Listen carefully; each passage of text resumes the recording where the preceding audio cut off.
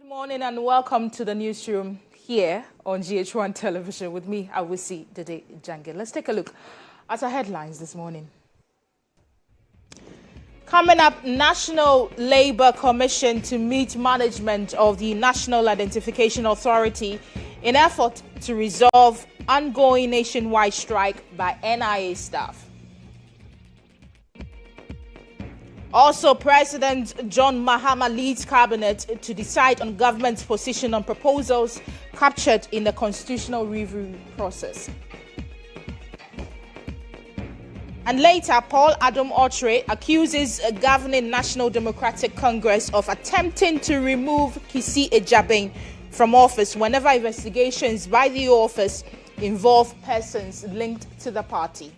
The attempts to remove the OSP has been obvious, including the majority leader and the majority chief whip announcing that they are formulating an amendment to the law. So the intention to remove the OSP has been clear. And in business, fuel prices likely to go up by 2.5 to 3% per litre in the second window. And on the international front, a former Nigerian power minister sentenced to 75 years in jail over corruption in hydroelectricity project.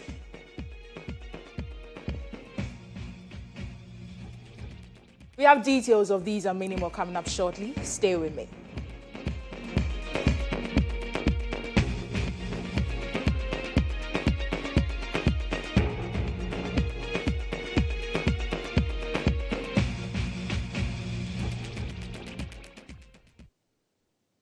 Good to have you join us. The news is coming to you live from our Platinum studio here in Accra, and it's also streaming live on Facebook at GH1 TV.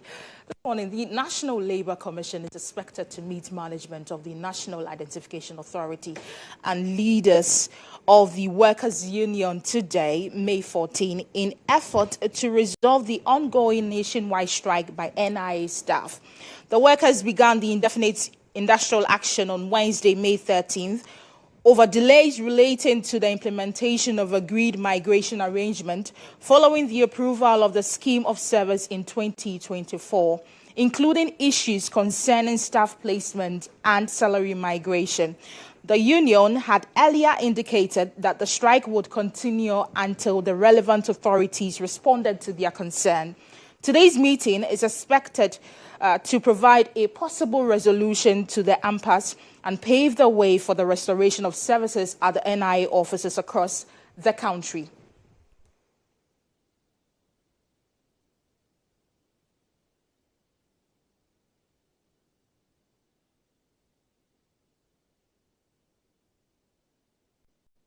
Let's have a conversation on this matter. Joining us on Zoom is the Head of Corporate Affairs at the NIA, William Ampoma Emmanuel. Good to have you on the show, William.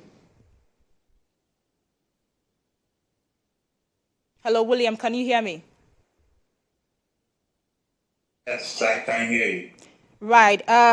We want to find out from you. First of all, tell us, do we know the exact time this meeting is going to come off? Right. Good morning, to you and to your viewers. So, God willing, 3 p.m.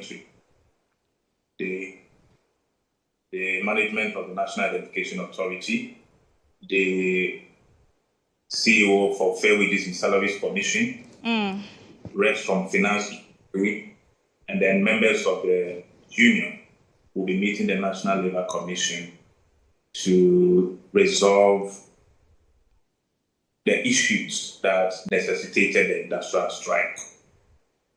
But let me hasten to add, we have engaged the union since they gave us the notification that is the striking on the 13th of May. Fortunately, they have taken to our pleas, and even before we approach the table, they have given us the indication that they are calling off the strike. So tomorrow, God willing, staff of the National Identification Authority will be at post to serve the good people of Ghana. You're saying that before the meeting, the set meeting with the National Labour Commission, the union has agreed to call off the strike? Yes, they have given us indication that They do not enjoy sitting at home, disrupting services. They are law-abiding citizens. They were just fighting for what is due them, and with all the assurances that have been given to them by the Executive Secretary of the authority, Mr. Dede. And then the intervention of the National Labour Commission, they want to call off the strike tomorrow so that our offices will be operational to the public. Does that mean their issues and their demands have been met then? So for their issues, the finance minister gave us the assurance that in 2 weeks, he will sign off the migration documents for implementation by the Controller and Accountant General. The document was ready somewhere February this year, and we are in May. So they were of the opinion that it had dragged its feet for a couple of months, and they were no longer going to wait for another month or two. But conversations have gone on behind the scenes. They have renewed their assurance or confidence, if you like, in the Executive Secretary of the authority,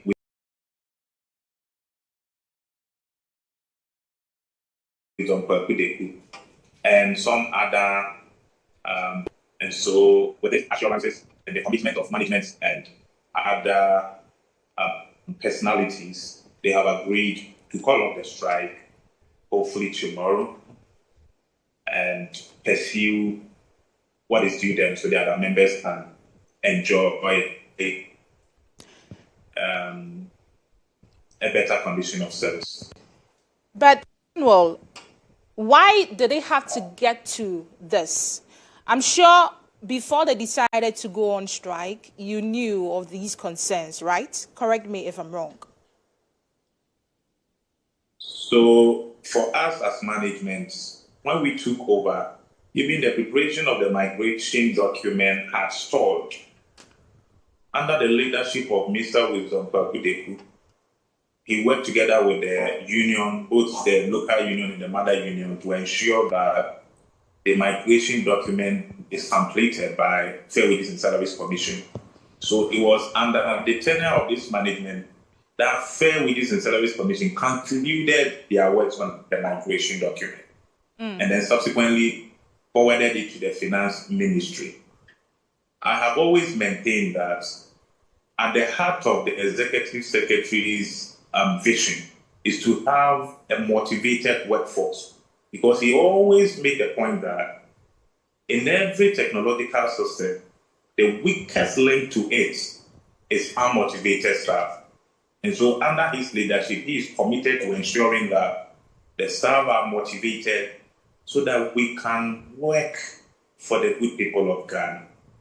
Nobody has reneged on his or her responsibilities in getting this thing signed off. But the understanding we got from the Finance Ministry was that there are other institutions who are also migrating from their current salary structure to a different one. So the ministry was trying to gather all these documents from the various institutions before sign-off. But we have made the argument that once ours is ready, then there is a need to at least sign off ours, because we cannot wait for the other institutions to bring their document before ours is signed off for our staff to be motivated. Okay. So that is what actually dragged it. Okay. But we thank God that we are where we are as the union is willing and ready to call off the strike. And then Finance Ministry will also, as a matter of urgency, ensure in 2 weeks the migration document is signed off so that our staff can be happy.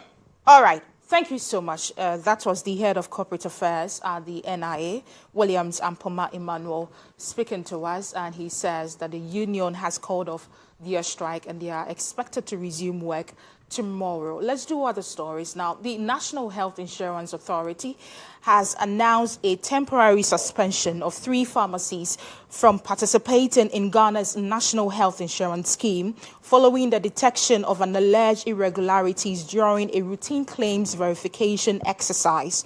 In a notice signed by the Chief Executive of the NHIA, Dr. Victor Asare Bampo, the authority stated that the affected facilities have been placed under immediate suspension after investigations uncovered material irregularities in claims and service transactions. The authority noted that the findings raise reasonable suspicion of fraud and abuse under the NHI Provider Service Agreement. As part of the suspension, the affected pharmacies are prohibited from providing services or dispensing medicines until further notice. The authority also issued a strong warning to all accredited healthcare providers, stressing that fraudulent or abusive practices that threaten the sustainability of the NHIS will not be tolerated. Under Ghana's national health insurance laws, healthcare providers who defraud or attempt to defraud the scheme may face criminal sanctions, including fines or imprisonment, for up to 10 years or both upon conviction.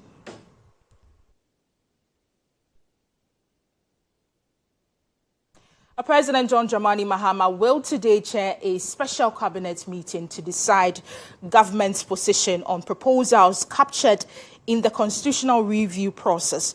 Government spokesperson Felix Kwachio-Fosu disclosed the development, explaining that a draft position paper has already been prepared after extensive review by the Attorney General and the President's legal team.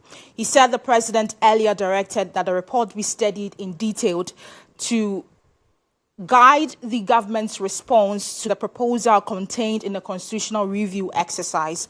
According to him, that work has not been completed and the cabinet will meet to take a final position on recommendations.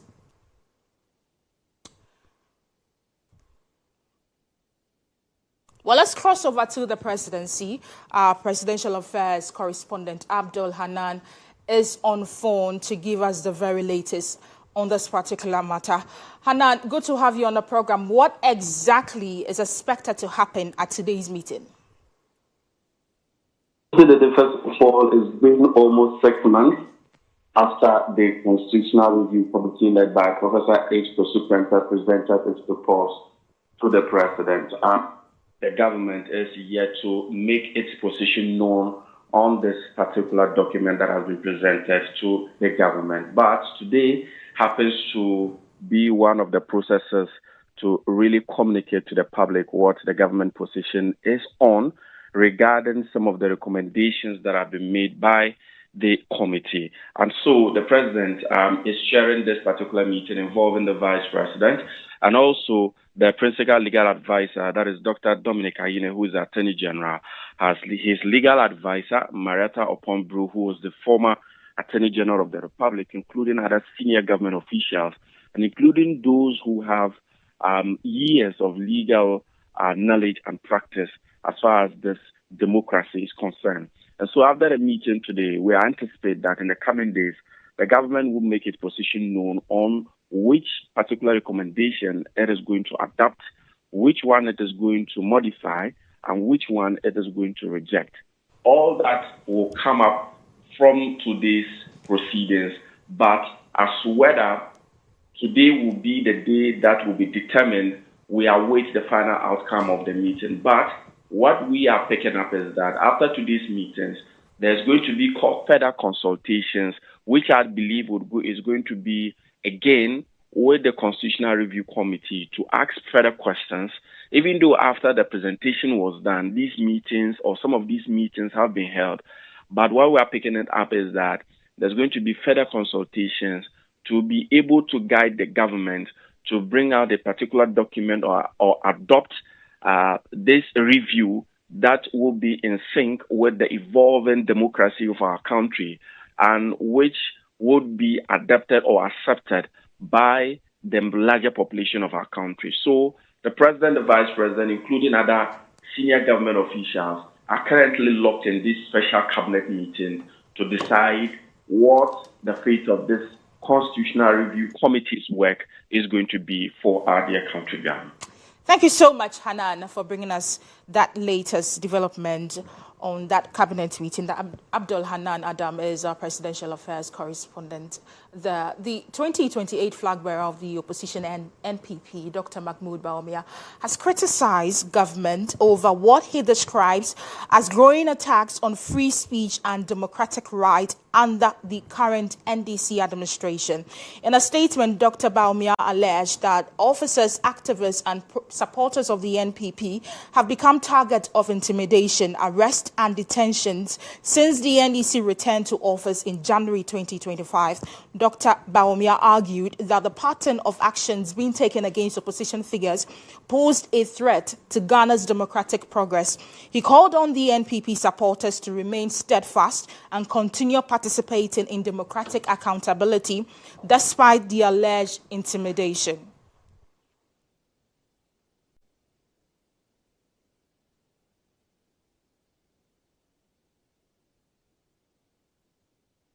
A spokesperson for the Ministry of Interior, Julius Kwame Anthony, says the arrest of some members of the opposition New Patriotic Party was based on the alleged publication of false information and not an attempt to suppress free speech. His comments follow claims by the former Vice President, Dr. Mahmoud Bawumia, that the NDC government has placed democracy and freedom of expression under siege. What is the nature of the speech we are talking about here? Everybody is familiar with Abronye.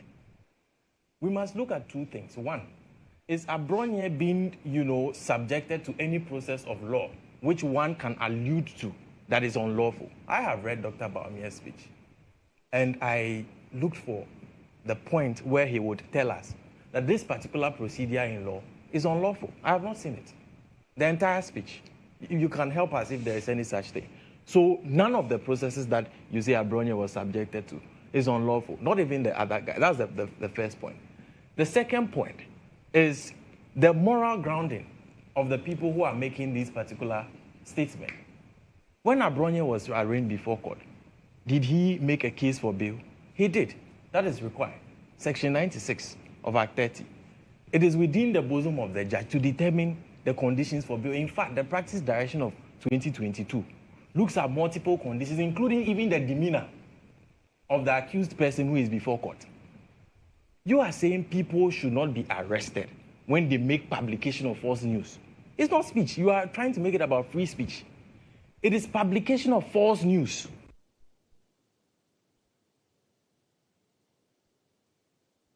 Meanwhile, Director of Communications for the NPP, Richard Ahyangba, has described the arrest of Bono Regional Chairman of the NPP, Kwame Bafo, as also known as Abronye, as an attack on free speech and democratic principles.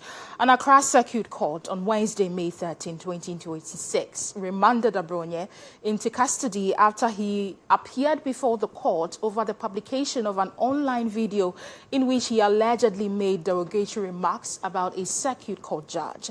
Lawyers for the NPP chairman applied for bail, but the court denied, requesting that he reappears before the court on May 27, 2026. Speaking in an interview, Mr. Ahyangba argued that citizens have constitutional right to express concerns with governance without fear of intimidation or criminalization. Listening to us, and there are things that we are unhappy about, the least you can accommodate us to do is to vent. And so when citizens are venting, and that has become a basis to arrest them, I think that we're undermining democracy. Just say somebody made a derogatory comment. Okay, there's a civil process. Why are you criminalizing speech in that manner? What sounds derogatory to you does not sound so to me. And it's relative.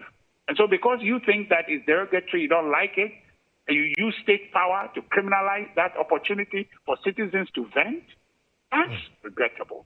That's undemocratic. So if you have a government impeding free speech, it is only a matter of time that probably it is MPP people that they are harassing today, but tomorrow will be a journalist. That says something that somebody thinks that is derogatory and they don't think they agree with it, so they'll come and kidnap the person, they'll come and, arrest you without reason, to you that this is why we are arresting you. That is the demise of our democracy if we are getting. Media personality Paul Adumwatri is accusing the governing NDC of attempting to remove Kisi Jabin from office whenever investigations by the Office of the Special Prosecutor involve persons linked to the party. Speaking on GH today, Mr. Otri alleged that pressure mounts against the Special Prosecutor each time his office goes against anyone affiliated to the NDC. Attempts to remove the OSP has been obvious, including the majority leader and the majority chief whip announcing that they are formulating an amendment to the law. So the intention to remove the OSP has been clear. What worries me is that the intention to remove the OSP was triggered by an arrest of Martin Pebu. And that makes it quite personal because the OSP had been doing his work since the NDC came to power. Right. They didn't complain about it. One afternoon, he had a fracas with Martin Pebu, and the next day, the majority said we want to remove the OSP law. When politicians act that way, they cause the future politicians to lose the trust of the people. Because if you have a case about the OSP, it wasn't in your manifesto, you didn't talk about it. The NDC expressed concerns about the Electoral Commissioner. The NDC expressed concerns about the Chief Justice. The NDC never expressed concerns about the OSP. Right. When the NDC came to power, they began to make moves against the Chief Justice. A petition was filed on Article 146, and it was successful. They only start talking about the OSP once he's arrested somebody who looks like one of them. Well, he also commended efforts at sustaining Ghana's democracy, but warns that the concentration of executive power could pose a major threat to the country's governance system. According to him, growing public awareness of government's responsibility is increasing demands on leadership, making it necessary to diffuse power at the executive level. He made these remarks earlier on GH Today. I think by and large it's been successful, globally applauded. What we need to do now, and I ran some commentary in the book about that, is to look at the concentration of power and hope that we can diffuse the concentration of power in the executive. That's a major problem. If we are not able to achieve that, we're going to have a problem, because the political interest is growing. People are beginning to understand the obligations of the government towards them. And if we don't streamline that, I refer, for instance, to the way we manage our local government system, the district chief executives and the way they are appointed, something that was done and dreamed of in 1988. It is my view that it has become old, it's moribund. We can't use that again. When young people have come up, social media is up, people are asking for their rights. So if you have development issues in a faraway town from Accra, and that has to reflect on the president, then whoever is president is going to have a very hard time. But if we were to diffuse that power to the local, so that they can elect their district chief executives. And I agree with the fact that they should be elected on political lines, so that you can have a district chief executive where NDC has won, and you can have a district chief executive where MPP has won. That's also important to break the back of the winner takes all. Winner takes all is always a big political distraction. The Minister for Roads and Highways, Kwame Gavins Agboja, has officially terminated a contract for the Bogo-Soprestia Road and its associated critical access roads. The move comes after the contractor, Black Oak Developers, failed to mobilize to the site and fully commence work despite being awarded the project. Speaking during a field trip at various construction sites, the minister said it would no longer tolerate non-performing contractors who hold vital infrastructure projects hostage while communities suffer from poor road networks. On site after the clearing, and that is their reason why they are not on site, because they don't have drawings. And the company is Black Oak. Yeah. To be honest, because of this, is because this is not any big issue. He's got this job. He's been persuaded on countless occasions. He came there to the office with a member of parliament. The Nananum have spoken, encouraging him, and he's done less than 1% so far. He doesn't show the commitment to do the work. So the chief executive will activate the necessary processes to officially terminate and get somebody else who is capable. Honorable, is it a big push project? It's not. It's not one of the big push projects. But that, nonetheless, it's a very it's a priority project. And like I said, the rates for big push and others are not different. So if he worked, we would have paid him. Now, away from that, President John Dramani Mahama has emphasized that no senior high school in the country will be running the double-track system effective 2026, as government has secured a $300 million facility from the World Bank to upgrade 50 schools nationwide under the Transformative Secondary Education for Access, Result and Relevance for Jobs program. Speaking during the commissioning of the PET scan facility at the Sweden Ghana Medical Center in Accra, the president described the initiative as a strategic investment aimed at expanding infrastructure, promoting equity, improving educational quality, and more opportunities for Ghanaian students. It is therefore our collective responsibility as a nation not only to honor our teachers, but also to deliberately invest in the systems that support effective teaching and learning. And I'll just emphasize a few of the issues the Minister of Education touched on. In this regard, government has secured a $300 million facility from the World Bank to upgrade 50 senior high schools nationwide under the title Transformative Secondary Education, Transformation for Access, Results and Relevance for Jobs Initiative. And so the acronym is STAR-J, STARR, and then -J. Under this project, 30 Category C senior high schools will be upgraded to Category B. 20 Category B schools will be upgraded to Category A. This strategic investment is not simply about expanding infrastructure.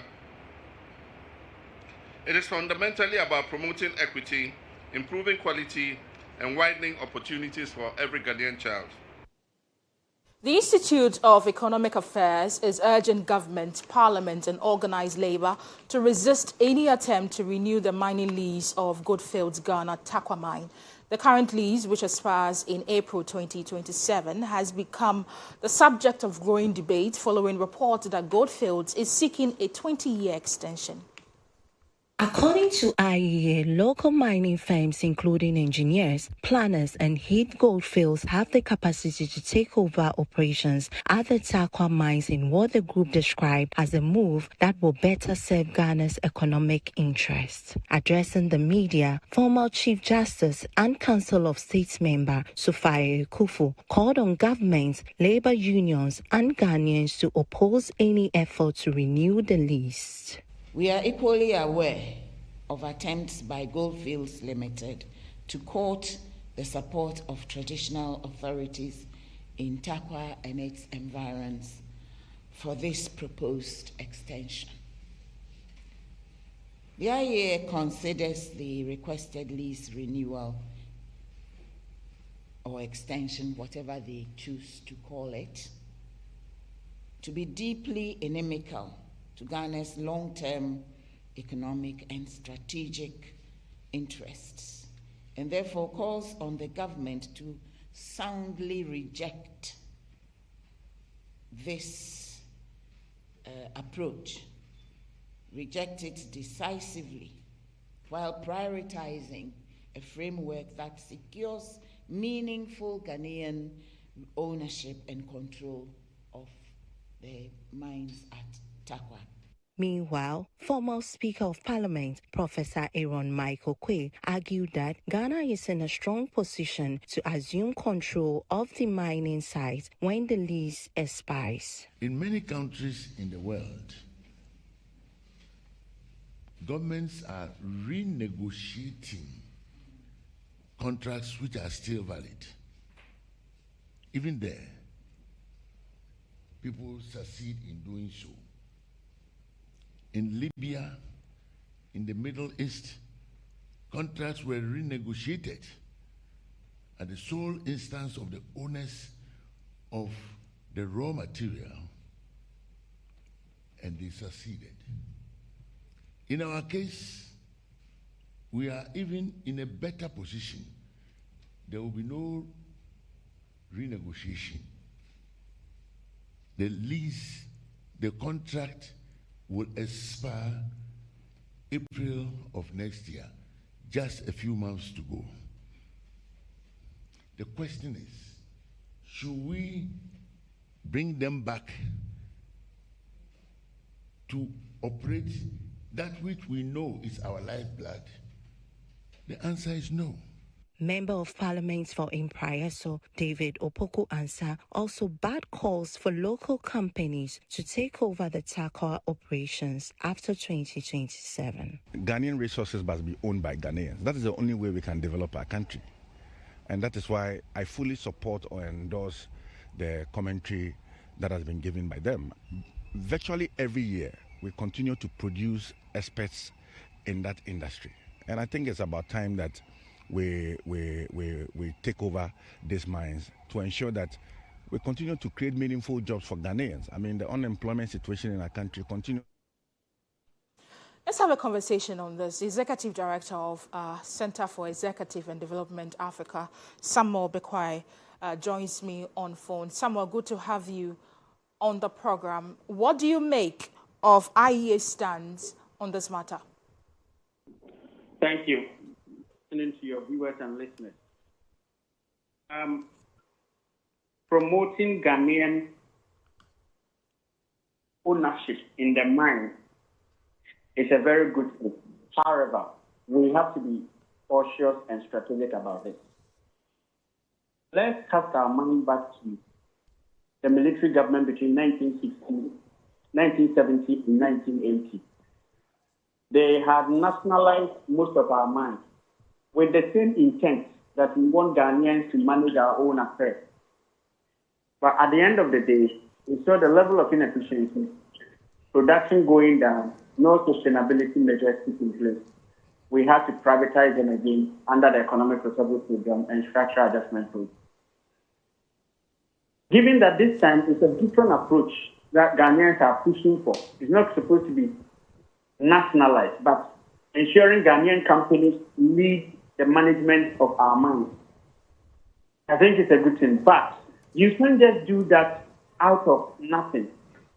We need to develop a strategy of Ghanaian ownership, and through that strategy have a clear implementation plan and be able to inform investors that you can come in and invest, but after your initial lease agreement, we may require you to partner with a Ghanaian, or we may require a Ghanaian to take over. With the current calls for non-renewal, it may send negative signals to investors. But if we had a strategy already, that we said we have developed a strategy, and that's things that are nearing expiry, and then we are going to require them to work with Ghanaian-owned companies to take over the management. Then the mining companies will be much aware ahead of time and be able to prepare for that. There is a difference between the Daman mine and the Tapa mine. With the Daman mine, Gold had already indicated that they were not going to continue with the mine. That is a different thing from this time. Their mine is over, their lease is going to be over, and there is a clear provision in the law in terms of what you do to get your lease renewed. And I think we have to be careful. Without any strategy, without start calling for non-renewal of mining leases. And another thing is, if we wanted to go by Ghanaian ownership, we have just handed over the Daman mine to EMP, which was a very good thing because that one is different from this. We need to monitor EMP's performance for some time to then be able to attest and confirm that Ghanaian companies go fields as well. We have to monitor them and confirm so that we can say that we have Ghanaian companies that have now done the job and we've noticed the level of efficiencies that they have displayed. Without that, I don't think it will be fair to foreign investors for us to say none of the mining companies that their leases expire will not be removed. Let's remember that while they are producing, they are still investing in exploration and they are still investing in finding gold. And if they've made all these investments and their lease is over and you say you're not going to renew for them, how do you expect them to recover those investments? And I think it's a very good thing. Let's be very strategic about it. Whilst I do not disagree with IEA, I don't think it is the right call at this time. Let's have a strategy about this. Whether a framework as called by Madame Sophia Kufu, or we have a strategy to say that from henceforth in Ghana, your initial mining lease, after initial mining lease, you will then transition between a foreign company to a local company. In that case, the foreign company's investment will be adjusted to fit whatever they are investing, and they recover their money before they leave. Let's not send negative signals to investors at this time. Yes, I was about to ask you about what this will mean for foreign investment, but you clearly stated that we ought to be conscious and then be strategic about this handing over, if I should put it in that way. But let's talk about the community. The bites we just played, the reasons they gave was they were looking to establish. They were going to use that opportunity to establish communities, the people in that communities. Let's look at over the years, what we know so far. Have we been able to help people in that communities that we can say that it's enough for us to have this handing over? In terms of mining companies and communities, right, there is always a continuous investment they make. But I'm not going to speak for mining companies. Right. I have always personally, as a consultant, advised them to take a long-term view to community development. And let me give you an example, my sister. If you come into a community and you are going to mine, your lease should be between 15 to 20 years. You should take a long-term view beyond the lease to build that community trust and social license. Instead of just training people to say, go and plant oil palm, you should say, I'll give you a scholarship to become an engineer. So that after that, you can work in this company or elsewhere. In that case, you have created a lifetime alternative livelihood for that particular individual. And that individual will not come back to the community trying to take pickups and other things and demonstrating against the company. Until mining companies take a long-term view to community development, they will continue to face these community agitation and call for their mining leases not to be renewed. And I think that's the best I can say for now. Right. So in essence, you are agreeing with what IEA says, but your concern is how we are approaching the situation. My agreement is on a principle. The principle is that Ghanaians in the longer term will be managing our own resources. That I agree with them in principle. But we cannot do that out of no strategy or policy. Okay. And we need to do that by communicating that transparently to investors. So that investors are aware that when I invest in Ghana, I invest in the initial lease term. Because that Ghanaian government will work with me to hand over the mine to a Ghanaian company. Okay. Thank you so much. Samuel Bequim. He's the Executive Director of Center for Executive and Development Africa. Now, let's do more stories. Commuters, traders, and residents at the Kaneshie Market Enclave have raised serious concerns over the growing risk of accident following prolonged closure of the Kaneshie footbridge. Despite earlier assurances from the Accra Metropolitan Assembly that repair works would begin earlier this month, there's still no visible sign of construction activity on site. There's more. At Kaneshie, what should have been a routine pedestrian crossing has now become a daily risk for commuters, traders, and residents following the closure of the footbridge. A trader selling across the zebra crossing, Dominic, says the situation has already resulted in multiple accidents in the area. He recalls an incident where a motorist, after knocking down a pedestrian, attempted to flee, but was forced by security task forces to stop and transport the victim to hospital. I have witnessed about 3 accidents here. 3 accidents. I have to help carry a woman here who has been knocked down by a motor. We have to force the motor driver to take him to Kalibu. So we don't know how it ended. And another time, another old man has been knocked down. Even though that was not very serious, but he has been knocked down here. So I am thinking that since they are not ready since they are not ready. They should rather open it. In as much as we are complaining that they should come and work on it, they should also improve the lighting system. A driver also says the situation is affecting traffic flow and business activities in the area. He warns that without proper traffic control, especially at night, when security personnel are absent, there's a high risk of collisions between vehicles and pedestrians. I started Kaneshi over here, I think it's almost 1 month now. By BBN where the Ecoso, drivers, problem Kakrania, say, almost the email for bar, etime, stop cars na eba. It is stop cars in eba, a matter traffic accredited eba. It's another problem. And what would drive now by so you're very careful, say, ultimate, Emfa, Canada, Emfa Mo Obi. A pedestrian, Beatrice, also describes the crossing as dangerous, saying it has become a daily struggle just to get to the other side of the road. I think the crossing, the zebra crossing here, in as much as it's a short distance, I think it's having certain challenges, which is in the morning like this, you wish to cross easily, but the cars are passing, and it's a kind of a challenge when it comes to maybe accidents or whatever. And again, I think it is high time the mayor, as he promised that he will repair the footbridge, I think it's high time that he will see to it. The situation has left many residents calling on the Accra Metropolitan Assembly to urgently commence rehabilitation works on the footbridge before a major accident occurs. The Accra Metro, specifically the mayor, to have the intent of coming to repair the, the overhead in Kaneshi. I think it's a very good idea, and we applaud him for that. But the speed which he has to attach to it, that is our problem now. You see, as it is now, there are a lot of challenges, there are a lot of issues. So if he attaches a little bit of speed, we don't, as it is, we don't know when they are coming to repair it. You see, and people too have been stopped from using the bridge.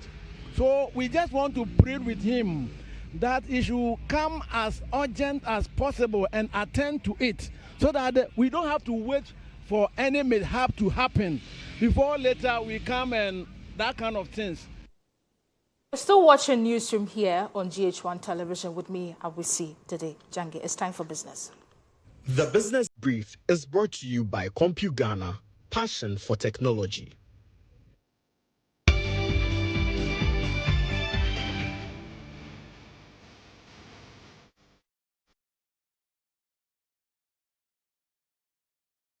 In business, prices of petroleum products are expected to increase from May 16, 2026, even if government extends its current intervention program aimed at cushioning consumers against rising crude oil prices. According to the Chamber of Oil Marketing Companies, petrol prices could rise by between 2.5% and 3% per litre under the extended policy arrangement, pushing the price of petrol to about 14.50 per litre Ghana cedis. Diesel prices are also projected to increase by about 1.8%, with the litre expected to sell at around 16.50 Ghana cedis. However, if government does not extend the intervention program, the chamber says the petrol prices could rise further to above 15.80 Ghana cedis per litre, while diesel may sell at approximately 18.05 Ghana cedis per litre. Well, let's engage Chief Executive Officer of the Chamber of Oil Marketing Companies, Dr. Riverson Opon. Good to have you on the program, sir. Good afternoon. Glad to be here. You're saying that the prices could rise even if government is looking to extend its intervention. Why do you say that? Yeah, I mean, because of the rate at which we've seen or let me say we've witnessed the international benchmark prices going up within the window of review. And like you really read it, that's the case, because at the international price level, we've seen the fuel prices, especially for petrol and diesel, going by almost 10% for petrol, and then 3.2% for diesel. And that, with that and the taxes and levies constant, yes, the city has done well as it's been doing, and thanks to that factor. Regardless of that, the differential in the increase from the international space with how much the government is cushioning or intervening for do not match. Let's talk about fuel price interventions. How sustainable is that, considering the current economic climate?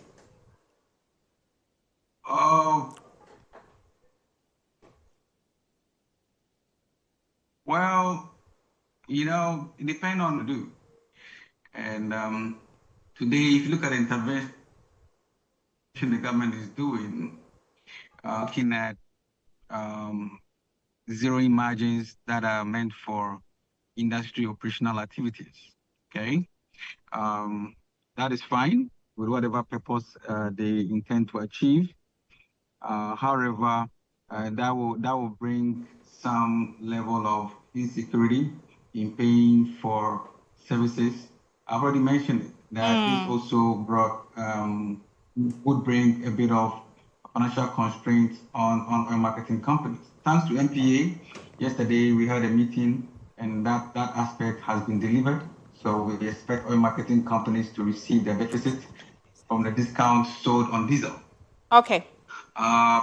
For me, if this continues for another 1 month, I believe that will call for a whole lot of reforms around the margins that are being utilized today. Right. Thank you so much. The Chief Executive Officer of the Chamber of Oil Marketing Companies, Dr. Reverson Opon, we're grateful for your time. So let's do more business stories. A traditional authority in Zebula are backing the government's 24-hour economy agenda with hope and caution as a sword is cut for the construction of a modern 24-hour market to transform livelihoods in the Boko West district. Ceremony has been held at Bazunde, a suburb of Zebula in the Boko West district of the Upper East region, to mark the beginning of construction of a modern 24-hour market under the government's flagship 24-hour economy initiative. The project, expected to be completed within 18 months, forms part of President Mahamet's broader agenda to stimulate economic activities, boost local commerce, and create employment opportunities for the youth. The Upper East Regional Minister, Donatusa Kamogri-Atanga, described the project as a major intervention aimed at reducing unemployment and empowering young people through round-the-clock business activities. So we are today celebrating a man of wisdom, a man who thinks outside the box. That is why we are here today to cast short for the actualization of the very important aspect of the legacy that is going to be left for His Excellency John Dramani Mahama. He disclosed that part of the District Assembly Common Fund has been ring-fenced to ensure steady funding and timely completion of the market. We are not the type of politicians who talk and walk away. We follow the talk with actions and activities. The District Chief Executive of Boko West, James Ayamwego, praised the President for fulfilling a key campaign promise. Despite the difficulties, we have prioritized the development of the area, the interests of our people, the empowerment of our people, and we have come together to ensure that this project becomes a reality. A Member of Parliament for Boko West, Ebenezer Alomri Ndebila, appealed to residents to support contractors to ensure the successful execution of the project. Do not see it as somebody coming to do his work and go, but if we see it as our own and own it as our own, then give the needed support that is required to the contractor to do the work. We will have a very smooth process, and around the day, the contractor will be able to meet the timelines given to him. And the people of Bazunde and the Boko West district will benefit. Meanwhile, the regent of Zebila Wahabu Azumbila Aboya, together with the chief of Bazunde Lamboya, while commending the government for initiating the project, cautioned against abandoning it halfway. According to the chiefs, many young people in the area are struggling with unemployment, and the successful completion of the market will provide meaningful economic opportunities and livelihoods across the district.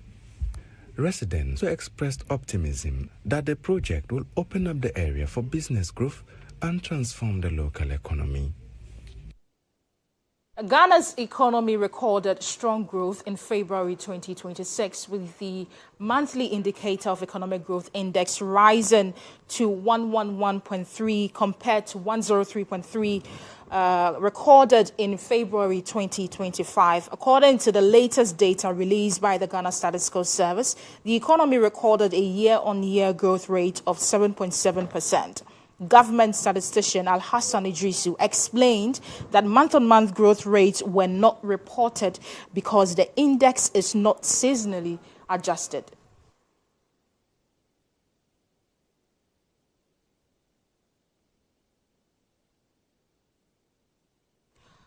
That brings us to the end of business. It's time for sports. The Business Brief was brought to you by CompuGhana. Passion for technology.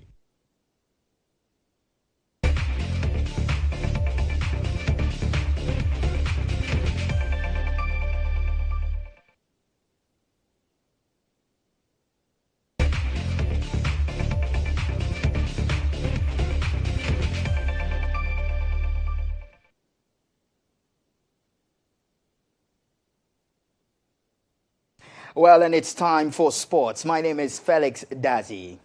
Team Ghana failed to secure a medal in the 100 meters final at the ongoing 24th African Senior Athletics Championships after sprinters Abdul Rashid Sumenu and Joseph Paul Amwa both finished outside the podium places at the ongoing Senior African Athletics Championship. The two Ghanaian athletes had raised hopes of a medal finish after impressive performances in the heats and semi-finals, where both won their respective races to qualify for the final. However, in a highly competitive final, Cameroon's Emmanuel Eseme powered to gold with a winning time of 10.25 seconds. South Africans Bradley Nkona also claimed silver, while Nigerian Chidera Imako settled for bronze in a highly competitive and contested race. Joseph Paul Amano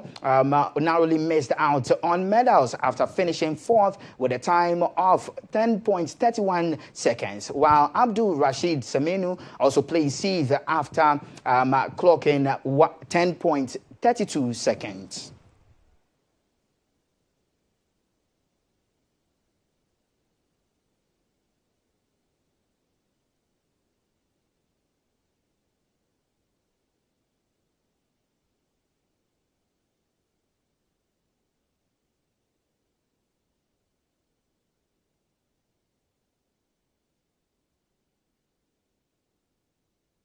Manchester City kept their Premier League title hopes alive.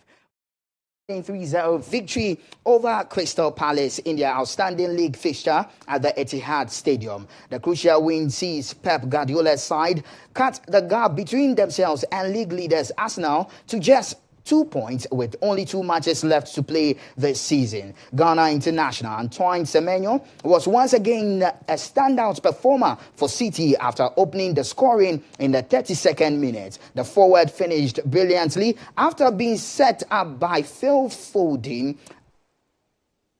who produced an excellent display in midfield. Egyptian striker Omar Mamouche also doubled City's advantage before halftime, with Brazilian winger Savinho wrapping up the victory late in the second half to seal all 3 points for the defending champions.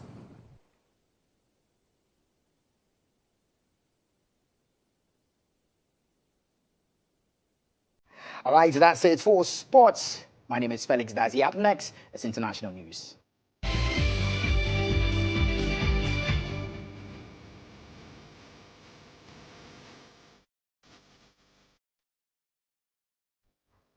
On international front, a Nigerian court on Wednesday sentenced the former Power Minister Salim Mamman to 75 years in jail for embezzling millions of dollars from hydroelectricity projects. Nigeria's anti-corruption agency, the Economic and Financial Crimes Commission, EFCC, said Mamman was found guilty of laundering 33.8 billion naira, equivalent to $24.6 million.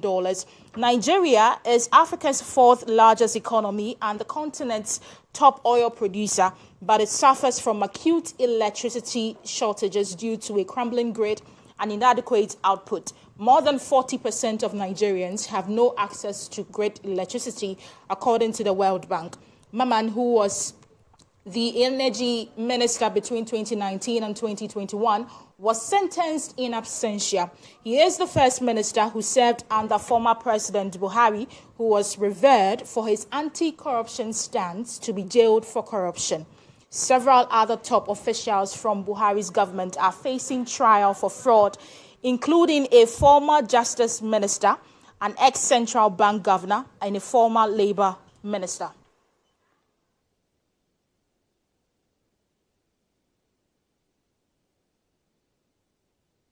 And that'll be all for Newsroom here on GH1 Television with me, Awisi, Dede, Djangay. Have a wonderful afternoon.